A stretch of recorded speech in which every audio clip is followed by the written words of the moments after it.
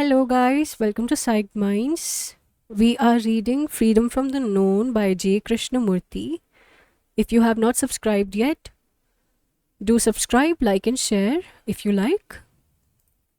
We are on chapter 8 Freedom, Revolt, Solitude, Innocence, Living with Ourselves as We Are. None of the agonies of suppression nor the brutal discipline of conforming to a pattern has led to truth. To come upon truth, the mind must be completely free, without a spot of distortion.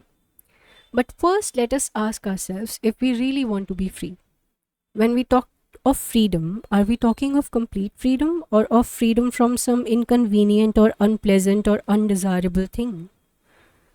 We would like to be free from painful and ugly memories and unhappy experiences, but keep our pleasurable, satisfying ideologies, formulas, and relationships. But to keep the one without the other is impossible. For as we have seen, pleasure is inseparable from pain. So it is for each one of us to decide whether or not we want to be completely free. If we say we do, then we must understand the nature and structure of freedom. Is it freedom when you are free from something, free from pain, free from some kind of anxiety? Or is freedom itself something entirely different? You can be free from jealousy, say, but isn't that freedom a reaction and therefore not freedom at all? You can be free from dogma very easily by analyzing it, by kicking it out, but the motive for that freedom from dogma has its own reaction. Because the desire to be free from a dogma may be that it is no longer fashionable or convenient. Or you can be free from nationalism because you believe in internationalism or because you feel it is no longer economically necessary to cling to this silly nationalistic dogma with its flag and all that rubbish. You can easily put that away. Or you may react against some spiritual or political leader who has promised you freedom as a result of discipline or revolt. But has such rationalism, such logical conclusion anything to do with freedom?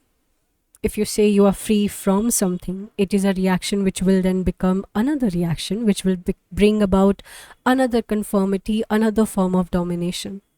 In this way, you can have a chain of reactions and accept each reaction as freedom. But it is not freedom. It is merely a continuity of a modified past which the mind clings to. The youth of today, like all youth, are in revolt against society. And that is a good thing in itself, but revolt is not freedom, because when you revolt, it is a reaction, and that reaction sets up its own pattern, and you get caught in that pattern. You think it is something new. It is not. It is the old in a different mold. Any social or political revolt will inevitably revert to the good old bourgeois mentality. Freedom comes only when you see and act, never through revolt. The seeing is the acting, and such action is as instantaneous as when you see danger. Then there is no celebration, no discussion or hesitation. The danger itself compels the act, and therefore to see is to act and to be free. Freedom is a state of mind, not freedom from something, but a sense of freedom. A freedom to doubt and question everything, and therefore so intense, active, vigorous, that it throws away every form of dependence, slavery, conformity, and acceptance. Such freedom implies being completely alone, but can the mind brought up in a culture so dependent or environment and its own tendencies ever find that freedom which is complete solitude and in which there is no leadership, no tradition, no authority? This solitude is an inward state of mind, which is not dependent on any stimulus or any knowledge and is not the result of any experience or conclusion. Most of us, inwardly, are never alone. There is a difference between isolation, cutting oneself off, and aloneness, solitude.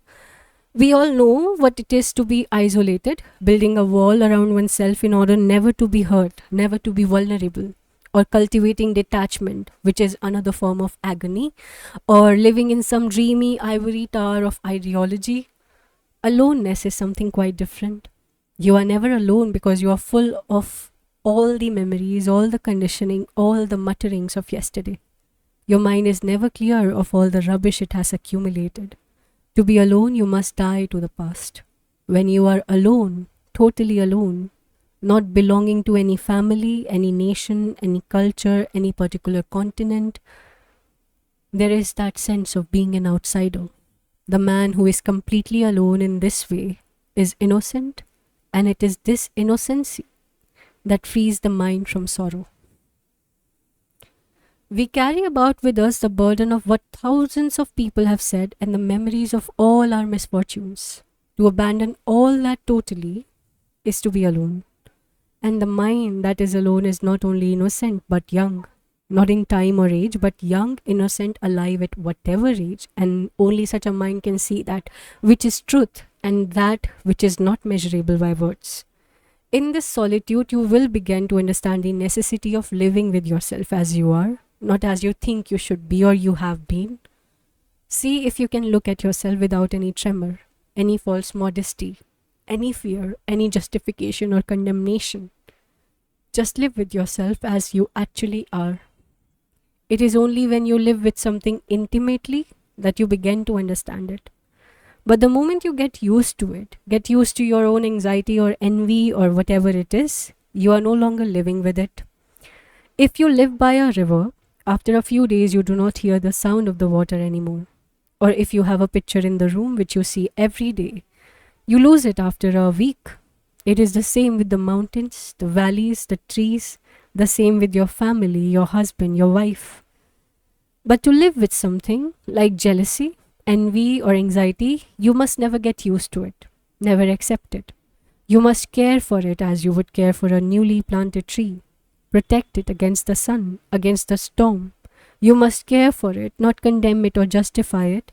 Therefore, you begin to love it. When you care for it, you are beginning to love it. It is not that you love being envious or anxious, as so many people do, but rather that you care for watching. So can you and I live with what we actually are? Knowing ourselves to be dull, envious, fearful, believing we have tremendous affection which when we have not, getting easily hurt, easily flattered and bored. Can we live with all that? Neither accepting it nor denying it, but just observing it without becoming morbid, depressed or elated. Now let us ask ourselves a further question. Is this freedom, this solitude, this comes into contact with the whole structure of what we are in ourselves? Is it to be come upon through time? That is freedom to be achieved through a gradual process? Obviously not. But because as soon as you introduce time, you are enslaving yourself more and more. You cannot become free gradually. It is not a matter of time. The next question is, can you become conscious of that freedom? If you say, I am free, then you are not free. It is like a man saying, I am happy. The moment he says, I am happy, he is living in a memory of something that has gone. Freedom can only come about naturally, not through wishing, wanting, longing, nor will you find it by creating an image of what you think it is. To come upon it is the mind has to learn to look at life, which is a vast moment without the bondage of time, for freedom lies beyond the field of consciousness. That brings us to the end of chapter 8. We will continue with chapter 9 in our next recording.